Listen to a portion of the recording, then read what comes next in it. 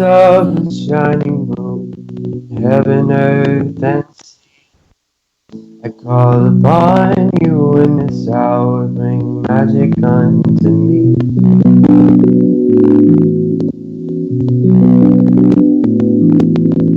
Brothers, all the cauldron cries, sing it unto me. The songs of Mother Goddess and of Father in the tree.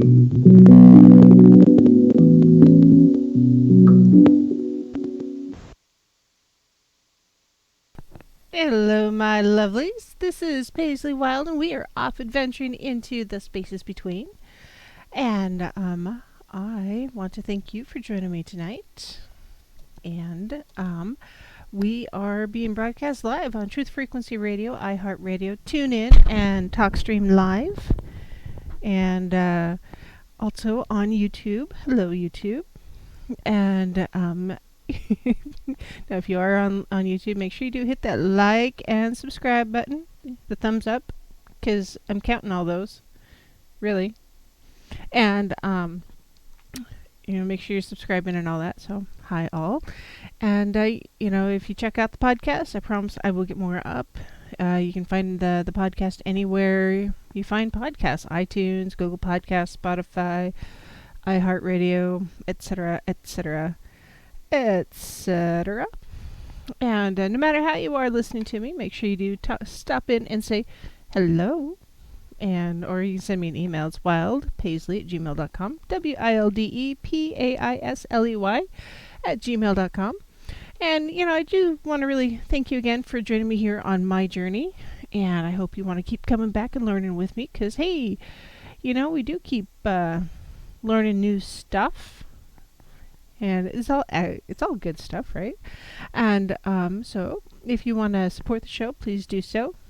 I love support. I need support. Support me, please. I'm begging. Anyways. We do have the Etsy shop. That is www.etsy.com/shop/Monarch Mountain Studios. And that's MTN Studio, not plural, studio. Or you can check me out on the Patreon. It is www.patreon.com/the-spaces-between. And so there is some member-only content in there. And, which you don't get if you don't, sponsor me. So there. Anyways, just check it out. And if you have any thoughts or ideas, shoot me an email. I love hearing stuff from y'all. And so hi all. Before I move on, it looks like we've got Ken and Don and Blacktree and Dramatic in the TFR chat. So hi everyone. And then in YouTube world, we've got Aussie Tiger and Blacktree, who is just, hi Julia, you're working hard tonight. Bomber, Cameron, Elaine, Jessica, Lewis, MCAT, Marilena, Shayna, Sonia.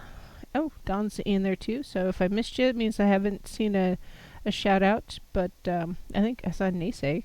Did I see Naysay? I thought he was in there. Maybe not. Anyways, hi all. Nice to see ya. So tonight the call lines are open. So if you wanted to give a call in, that'd be great. That number is, of course, 213-233-3998. Or if you're across the pond in the UK, hi Don.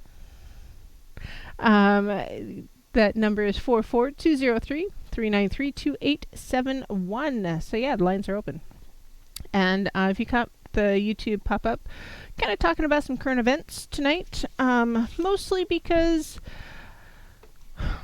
I read this article here last week, and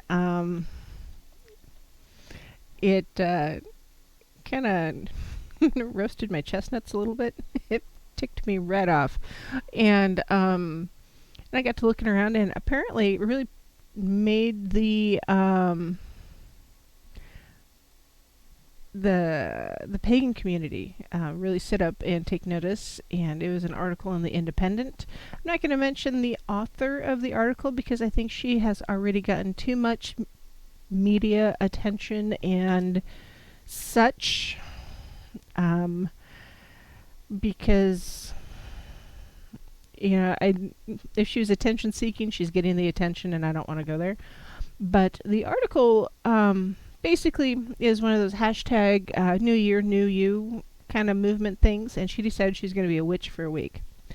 And so on day one, she decided to set up an altar, and and then day two it was crystal shopping, and day three it was, I don't know, I don't remember now, but she did 7 days.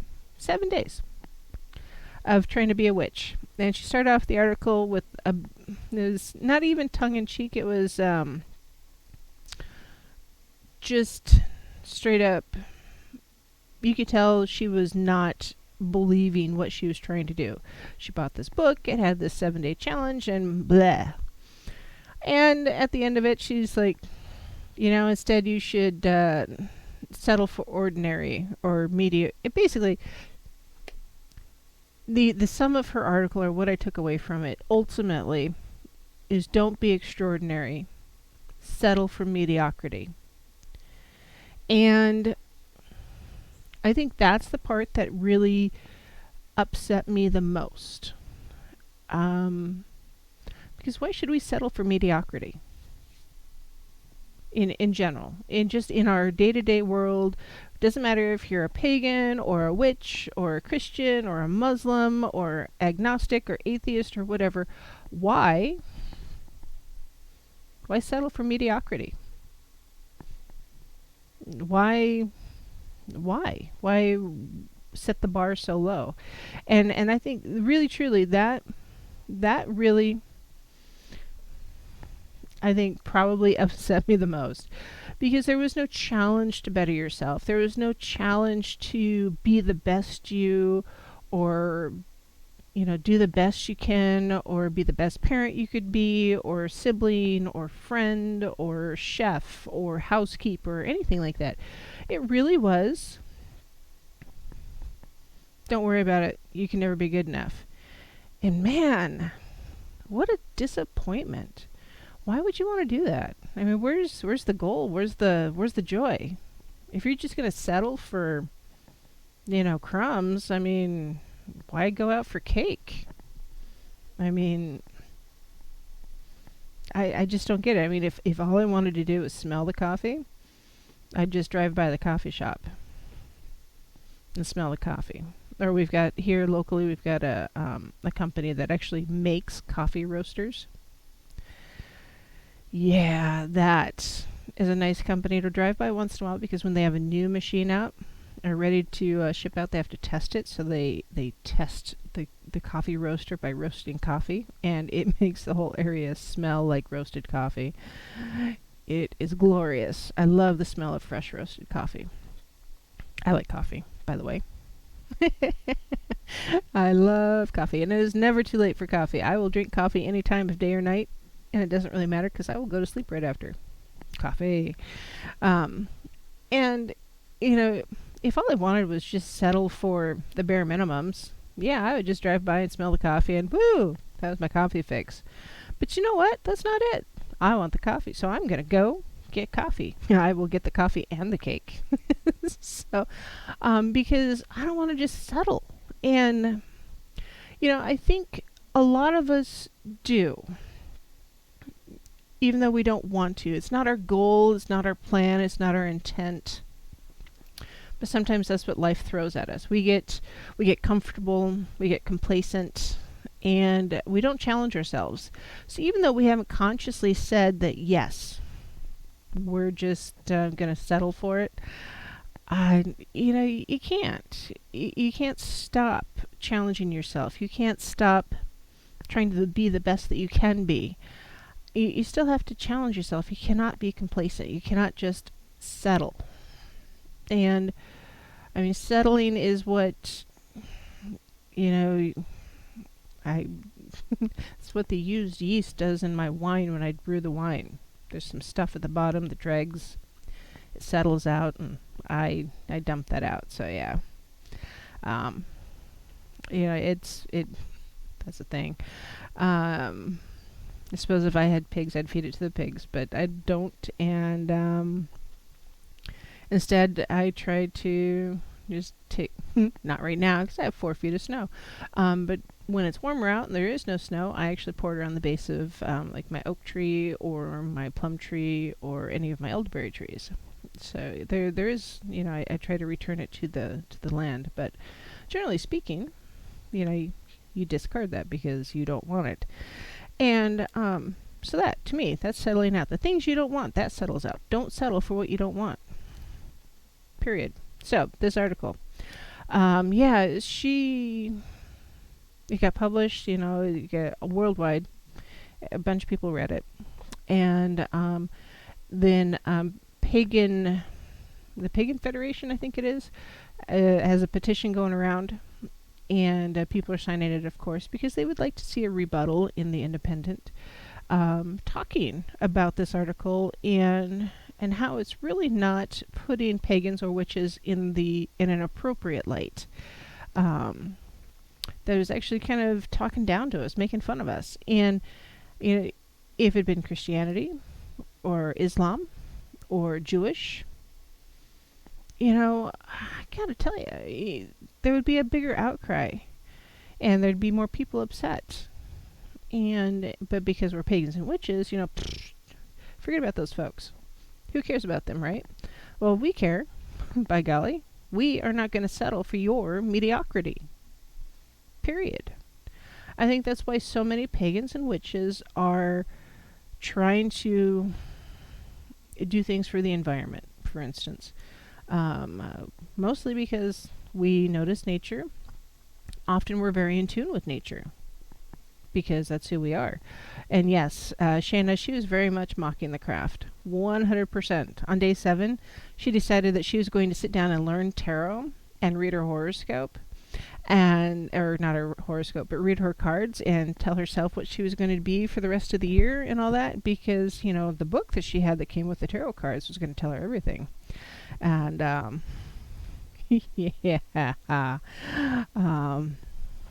yeah, it's just awesome. Just awesome. Naysay, yes, I do have a branch from my oak tree that has fallen from the previous period of time. But if I have a new branch fall, yes, you can have it from my oak tree. I have some elderberry too, by the way. So yes, a whole week. 1 whole week. Anybody who's ever tried anything new knows that a week is not enough time to actually get a true experience of anything, except for maybe bungee jumping or parachuting without a parachute, skydiving without a parachute, snorkeling without a snorkel, deep sea diving without an air tank. Generally within a week, that's not the right thing to do. Trying to bake a cake without flour, baking soda, eggs. And no bomber. She was actually, it's an article that was in The Independent. It's a publication that goes around the world. It's an online thing in paper. And so, yeah, proper judge. She was an expert in a week. Oh, yes. You can generally figure out if you're a winner or a loser in slot games or slot machines within a week, by the way. So, yeah. A week's not enough time. Going on a diet. Not that I'm a dieter, but if you're trying to change your diet or change your lifestyle, it takes more than a week to do it. Generally, it takes 6 weeks, I think it is, to set a behavior pattern to where it's not a conscious choice. Because it is a conscious choice. You have to choose to do a thing for a certain period of time before it becomes subconscious, and it's a habit, and it becomes part of you and ingrained with you. Naysay, yes, I do have an elderberry staff, actually. And I will try to post a picture of it on Facebook World later. But, so yeah, it takes more than a week to become an expert at anything. And I have to tell you, the people that I have encountered who are on the pagan path or are actively practicing witches, and they've been doing this for decades, seriously, and the ones who are really truly committed know that it doesn't matter how long you've been practicing and how much information you have, you're probably still going to be learning something. Sure, you might be an expert after you've been, a witch or a pagan priest or something for, 30, 40, 50 years. You pretty much, your stuff. You're still going to learn something, and you're not going to put yourself out there as, hey, I'm an expert in a week. By golly, it takes me a lot more than, I'm not very good at tarot because I have a hard time remembering the cards. I've been doing this for a while. Yeah. You gotta really commit to learning the tarot, because there's a lot of information that you need to put in your head to become proficient at just reading the cards, let alone have some insight on how to interpret them. Because you know what? There's a lot of people out there who can open up a book and says, all right, the 2 cups means XYZ. And so this means you're going to have a good day. Really, truly, that's not how it works, people. So, yeah, you got to do your research and you got to study. You got to commit to it a little bit. At least a little bit. Holy cow. On that note, though, I don't want to hound on it too much, although that's kind of what I'm talking about this time. Even if you don't practice as a witch or a pagan every day, that doesn't mean that you're not a witch or a pagan. It is part of who you are. And maybe that's what she didn't get is,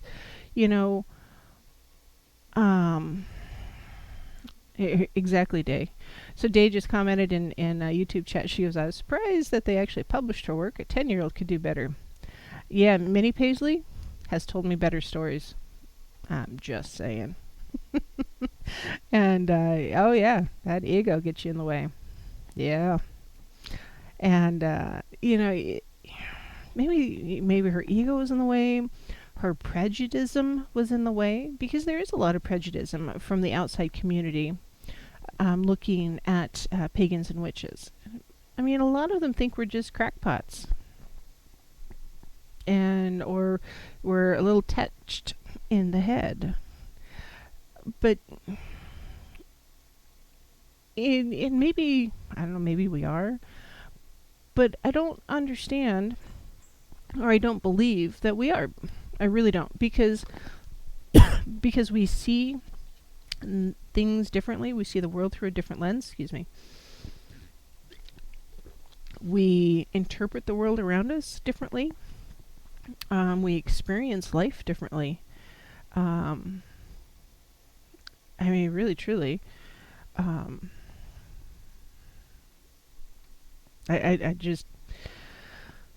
people, we are more willing to see that which occurs outside of the box. Not so much that we're thinking outside of the box. Often we're standing on it. Or the soapbox. But, if you're not willing to look beyond what is acceptable in society at any given age or decade or experience,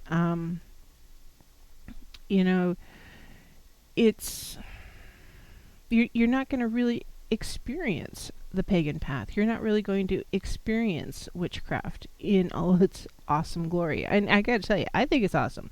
The energy that I've encountered and channeled myself is pretty freaking spectacular. The things I've encountered, the things I've already seen, the dreams I've had, the dream work, oh my gosh.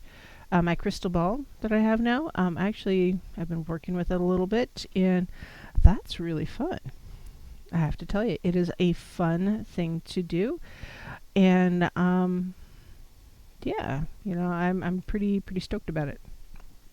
Learning more. And again, I have this glorious crystal ball, and I have to tell you, I know that I cannot plunk it down on the desk gently because it weighs about 20 pounds. Oh my gosh, it's huge. I cannot just plunk it down on the desk here and look into it and see what's going to happen in the next election in Russia. Because, one, I don't care about Russia as much as maybe I should, but mostly I'm not practiced enough. I don't know enough. I haven't gone through the steps to learn this tool better. I mean, anybody who's ever been around kids knows that it takes a little bit for them to learn how to walk. Well, as a pagan and a witch, you start off with baby steps, literally. You have to kind of roll around on the ground a little bit, and then shuffle up into crawling, and then you toddle along for quite a while from one thing to another, because there's so many new and shiny things and things to discover and touch and feel and just observe, because there's so much out there once you open your eyes. And then, you get a little bit older and suddenly you can read better and you can interpret things better. And then as you grow along your path, and very much like a child. Yeah, I mean, you go from, toddling and bumping into things and falling on your butt because you oops to suddenly you're reading and you're doing math. The next thing you know, you're creating spells, and you're doing all this magic and these rituals, and you're participating in the community, and you're connecting with nature in a way that you never thought you could, or the elements or the energy around you. And you look back at your path, and everything that you've experienced, you're like, OMG, how'd I get here? Oh my gosh, I can't believe I started off that naive. I thought I knew something when I started, but wow, did I just totally not know anything. But now look at everything I've learned, and everything I've experienced, and everything that I can do, and the way I'm connected to the world around me and the people around me. And that's actually pretty freaking awesome. But also, side note, this is why you journal. Because if you write everything down at the very beginning, you can look back and you're like, oh yeah, okay. And then you go forward and you're like, oh, that's how I grew. And then you look back, you're like, oh, I had this wonderful insight when I was still new, before I had all these assumptions and this linear thought process about being a pagan or being a witch. These assumptions that people make about our path. And then you're like, oh, okay, I need to go back to that idea and re-investigate that idea, or that concept, and bring it back into my path today, and what I'm doing today. Because today is pretty freaking awesome. And I know more. So, yes, journaling is awesome. Please do it. It'll definitely make your path not necessarily more memorable, but more rememberable, because you're going to forget things, because it happens. My favorite biscuit recipe, for instance, really it's flour, butter, baking powder, salt, and buttermilk. Seriously, truly, that's it. It took me a few years to get it kind of the proportions quite exactly the way I wanted it. I had a You'd think it's easy. Why is that so hard to get biscuits right? And generally speaking, the biscuits are spot on. They're fluffy. They're awesome. They're layered. They're yummy. Today, even though same recipe, nothing different. Really, truly, nothing different. I had glorious crackers. They didn't fluff up at all. They were a disappointment. So somewhere along the way, I missed something, right? It wasn't that I missed the baking powder, or too much of this or too much of that. Really, truly, I don't know. I don't know what I missed. Next weekend they'll be better, because I do biscuits and gravy every weekend. Just saying. Yeah, it's, even though you're doing the same thing over and over and over again, you still miss something sometimes. So that's why, I actually wrote down my recipe, and I generally follow it. And I don't know what happened today. I had flat biscuits. They're good. They're just kind of flat. So, just write your stuff down. Journal it. That way you can go back and review it and remember those concepts and those things that you wanted to learn, or that you were trying to learn. And remember, as we get ready for the bottom of the hour here, remember that those preconceived notions, those linear thoughts that we often have when it comes to learning something new, or those assumptions that we have when it comes to learning something new, those get in our own way. And remember, we don't need those barriers. So, send me an email. It's wildpaisley@gmail.com. WILDEPAISLEY @gmail.com. And if you want to call in, it's 213-233-3998. We're at the break, and we'll see you in just a few. O Lord, within the sun, As we will, so mote it be, the spell forever done.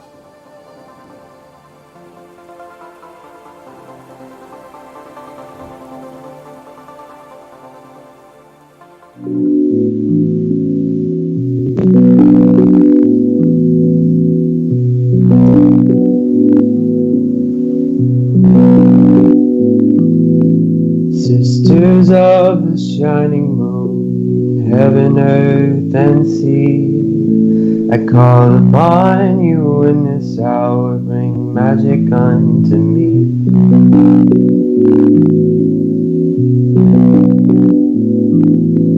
Brothers, oh, the cauldron cries, sing it unto me, the songs of Mother Goddess and of Father in the tree.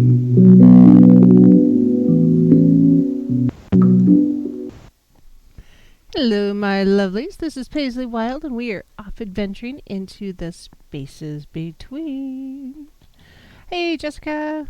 I'm not sure. Is someone blocking you? I'm not seeing you blocked. I see you just fine.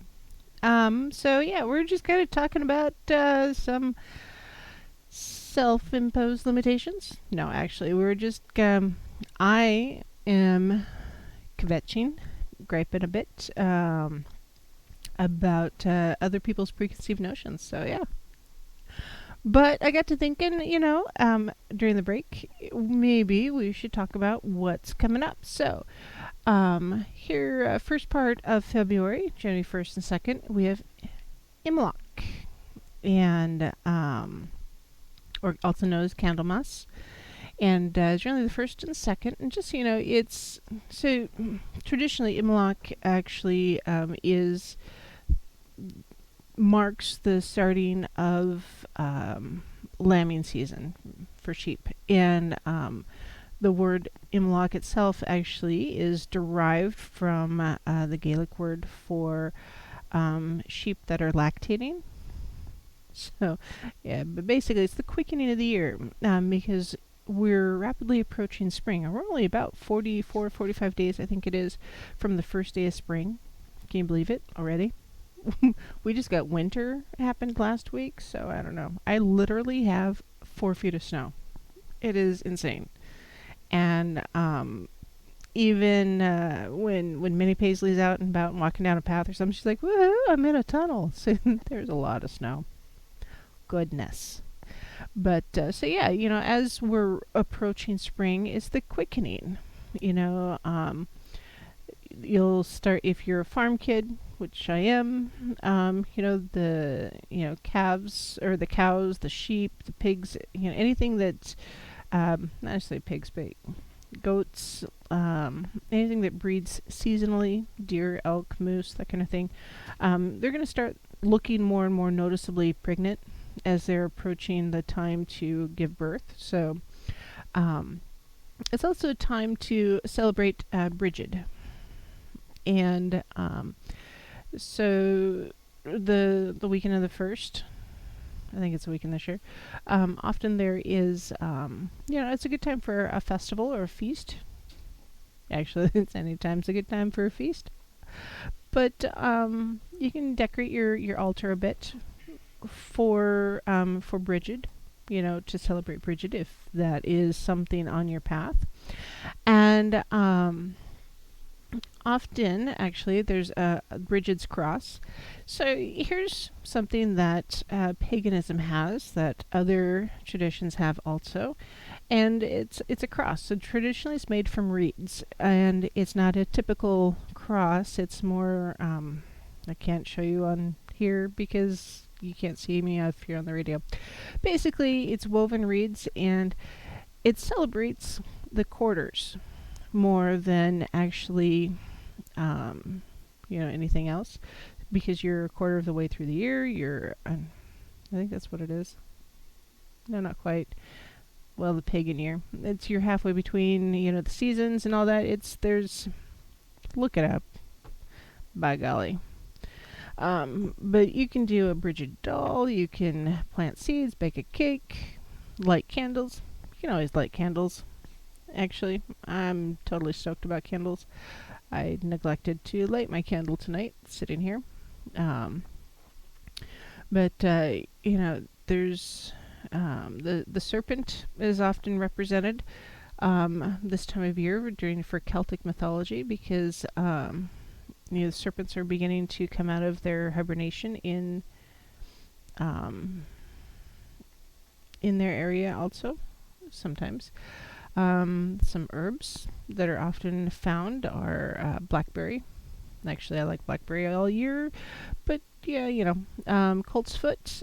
Actually, colt's foot is kind of a salty flavored, or it tastes salty, anyways, that you can use to season your dishes, especially like fowl birds, and ginger. Ginger often revitalizes that fire within you, warms you up, because ginger is good. Actually, ginger is also good to kind of fight off some of those colds and flu bugs that like to go around this time of year. So trees that are generally recognized during Imbolc is the rowan or the willow. And let's see, because the rowan is associated with the maiden aspect of the triple goddess, for instance, which is also kind of a spring deity, I suppose. Yeah, And so yeah, so there's that. Just do some research, and if you want to celebrate Imbolc, please do so. Now here's the thing. I kind of was on my soapbox for the first half hour, and here I'm gonna go kind of sit on the soapbox instead of stand on it. And it's because a lot of the neo-pagan movement, excuse me, they say or state or assume that in order to be a true pagan, you have to celebrate all of the pagan holidays in the calendar year. But not all pagans celebrate the same holidays. Exactly. And you don't have to celebrate all of the holidays to prove that you're really a pagan or a witch. I mean, really, really, truly. Just like you don't have to have an altar, which is kind of a light bulb moment. You don't have to have an altar to prove that you're a pagan or a witch. If that's all it took, if you just needed to do one thing every now and then, you'd be a Christian. Because as far as I'm concerned, most Christians are Christians on Sunday. But through the week, they're pretty much whatever they want to be, and they just go confession once in a while, or they go talk to their pastor, their priest, whatever. And it all gets washed away, there's no responsibility to it. I can just go to confessional and do my Hail Marys and all that kind of stuff, and it's all washed away. I've cleaned my slate for the week. That means I have a whole clean slate for the week, and I can get it washed away next time. So, but my point is this, is it doesn't matter, like you said earlier, you don't have to practice every day, but practicing is what makes you better in your worship. And I don't see how that's different from pagans and witches and heathens and Christians and you see what I'm saying? So, well, see, that's something else. Today's the neo-pagan movement, and I am really truly kind of poking at the neo-pagans right now. They are, often they have grown up around or locked into those Christian ways, those dogmas. Yeah, by the Abrahamic way of believing. And in reality, that's not what pagans are. No. They shouldn't be. So, I mean, it's not, I'm going to deify and worship this particular person. I'm going to petition this deity. I'm going to petition this deity. I'm going to give offerings to this deity. I'm going to sacrifice to this deity or whatever. I mean, basically, you're still acting like a Christian, but you've put a different deity in the place of right, cut and paste. the Abrahamic whomever, whether it's Christ or God or whatever. And for me, so this is my interpretation, paganism as a whole, the deities, they're among us. They are just here. The spirits of the places around us, whether it's your home or your hearth or your trees or the animals around you, they are here. They're existing with us and coinciding with us. Right. Just like your ancestors, I think, or the people who came before you. Honestly, if you really want to petition someone and get something done, you should probably approach talk to your family. Because they're more interested in taking care of you and helping you along than a deity who's getting, umpteen thousand different petitions to get their hair straightened. Right. So, that is actually a spell I request, by the way. So, for anybody who's listened for a while now, because we're rapidly approaching a year, can you believe that? Huh. Yeah, April. April. I have really truly seen a request online for a spell to straighten hair. So, sorry, Hermione, it's not out there. get a You go to straightening the iron. beautician, and there's some chemical treatments you can do to straighten your hair, or you get a hot rod and you straighten it. I want Anyways. to make a quick addendum to what I said earlier. Now about Christians. Now there's nothing wrong with Christianity in and of itself. It's the way you practice it. It's the way you and once again we go back to practicing daily. You know, the more you do it, the better you get. You don't have to do it every day. You know, some people believe that just being kind to people is a way of practicing whatever that is. And let's just get honest, you know, being kind to people is just being a person. It's not being a Christian. It's not being a witch. It's not being a pagan, a heathen, whatever. It's just the right thing to do. So sometimes they mix up their ideas about what they're supposed to do according to their belief. Yes. But there are good Christians out there. There really are. There are some really screwed up ones too. Well, the difference there is spirituality versus religion. Right, yeah. So, anyways, going back to the Sorry. no, it's all right. You're observing, and you're the peanut gallery over there. But so yeah, you know, a lot of people who are practicing as pagans have really taken that Christianity structure and applied it to paganism, and it's really kept their focus pretty narrow, and in their practice is pretty narrow then, because they can't see outside. They can't see outside of the box. I mean, really, truly, it's not so much that they're.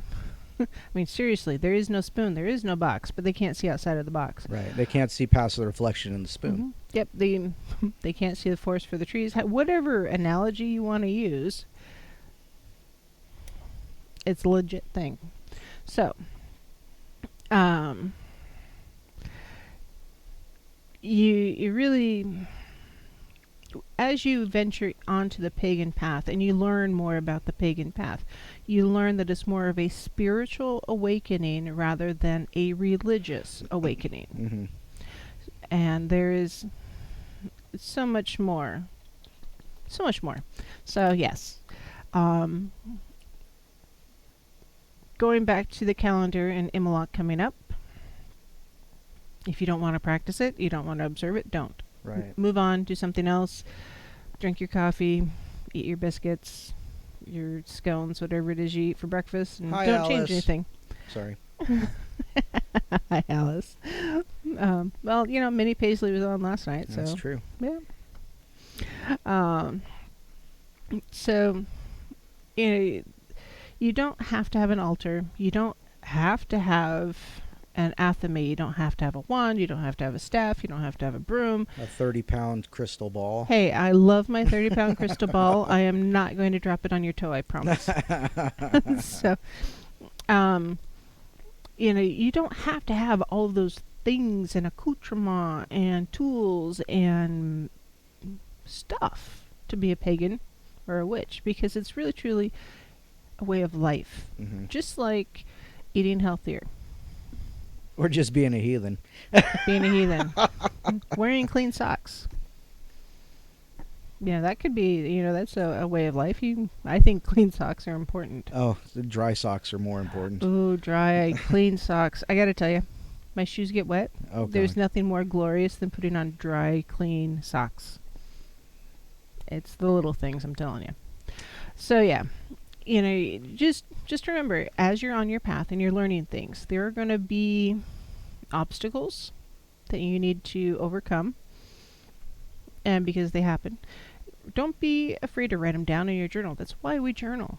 You know, what is your obstacle? How are you going to overcome it? Do you need to overcome it? Is this really truly an obstacle? You know, seriously, you know, I say there is no spoon often, but really, there is no spoon. That spoon is the obstacle that we put in front of ourselves rather than really, truly being a spoon. Right. We start to obsess on it. Yeah, oh yeah. Just like, I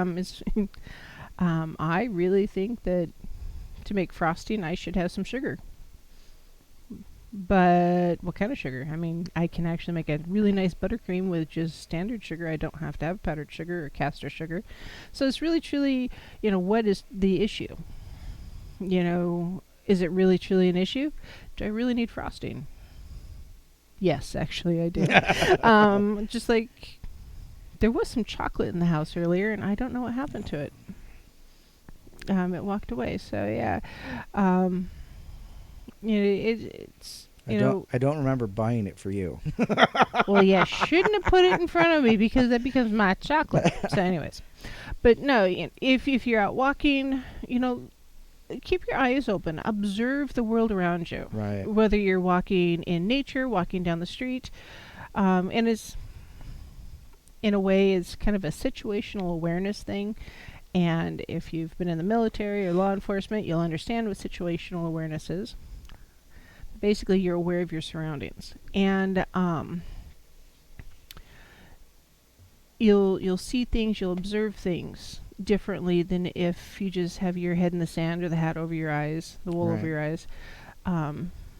For instance, I was talking to a friend of mine last fall, and she was having some problems. I was kind of counseling her through it, and I had an analogy with robins and eggs and stuff, and as I'm talking to her about it, I'm walking around the yard because I was trying to convey a thought and put some energy out there to her.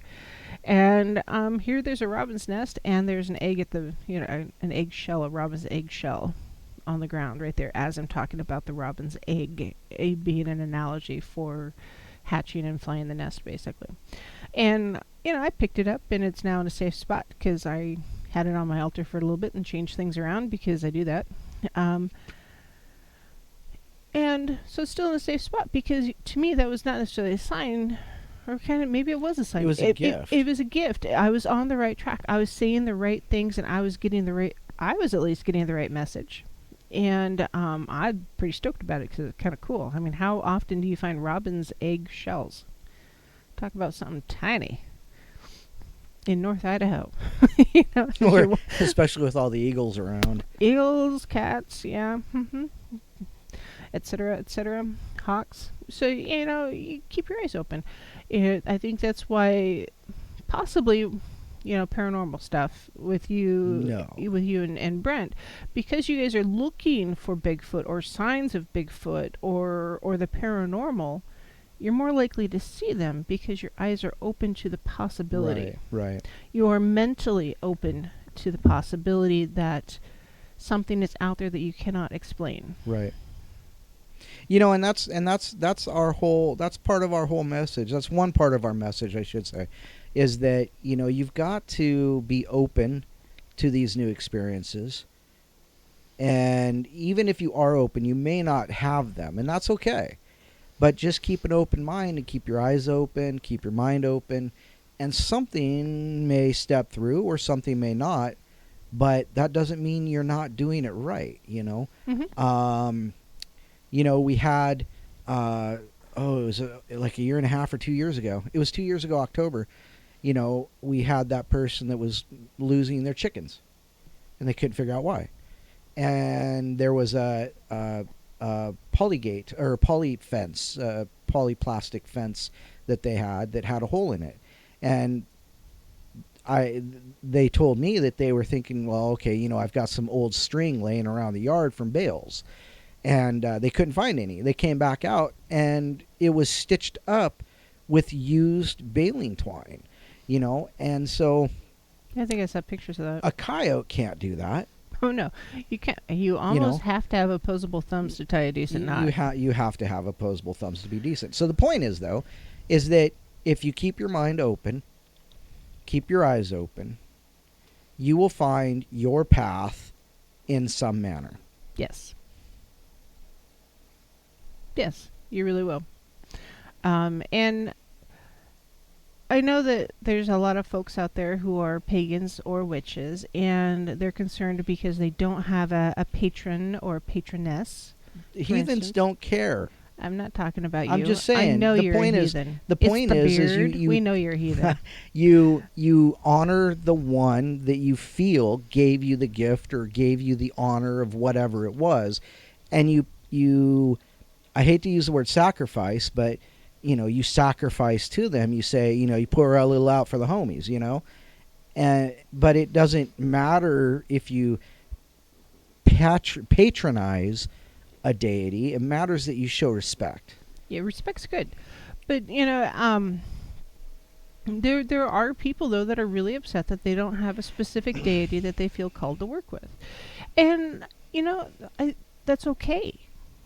Really, truly, it is okay. Mm-hmm. Because often it's not so much that you need that specific deity or a specific deity to work with. You need maybe the archetypes to work with instead, or the energy of it. Whether it's the feminine deity or the masculine deity. Mm-hmm. It really depends on what it is you're trying to achieve with your ritual or your spell or your intention. What is it you're trying? As I break myself. What is it you're trying to achieve? And that's part of the reason why I tell people to do their research. So you know what's out there. Keep your eyeballs open, journal things, and set your intention prior to doing any kind of ritual or casting or any type of work. Because if you don't set that intention first,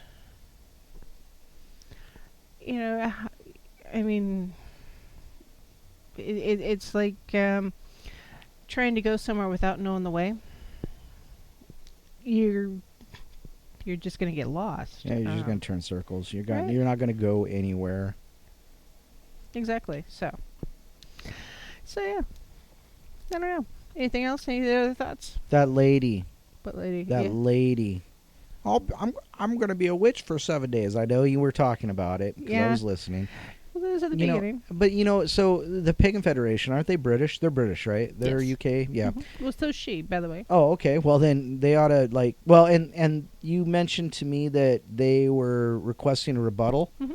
Yeah, that should happen. Absolutely, it should happen. Because the way she wrote the article really put pagans in general, or witches in general, in a very negative light, and made it look like we're just a bunch of mental patients waiting for our very own personalized straitjacket, which mine should be paisley, by the way, and orange print. But mine will be royal purple. It's going to have a black and white beard on the front. Probably.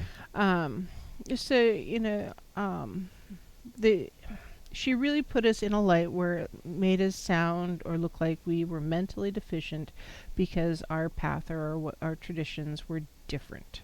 So, there's that. I think maybe that's why so many more pagans and witches are willing to talk to almost anybody. We're more accepting of other people's faiths and religions and spirituality. Right. Because our eyes are open and we know there's more out there. Right. And a lot of people are just that are not pagans or witches are pretty narrow-minded.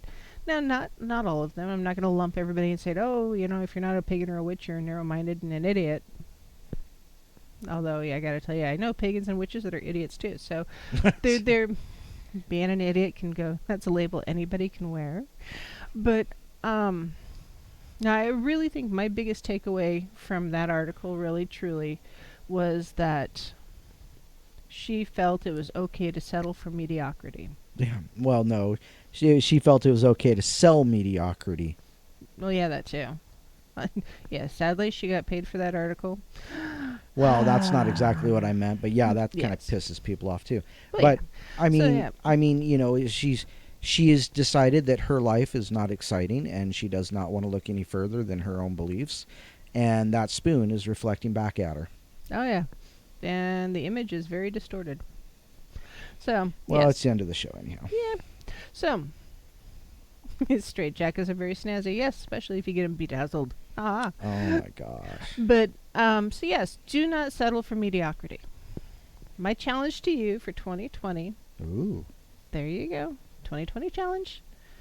Challenge yourself. Don't settle for mediocrity. Find that thing that you can excel at. Mm-hmm. Doesn't matter if it's braiding hair, underwater basket weaving, decorating cakes, driving a car. I don't care. What is it that you're going to excel at and be the best you that you can be at? So, on that note, thanks for joining tonight. Merry meet and merry part and merry meet again. Thank you all for joining. We'll see you next weekend. Good night. O Lord, within the sun, as we will, so mote it be, the spell forever done.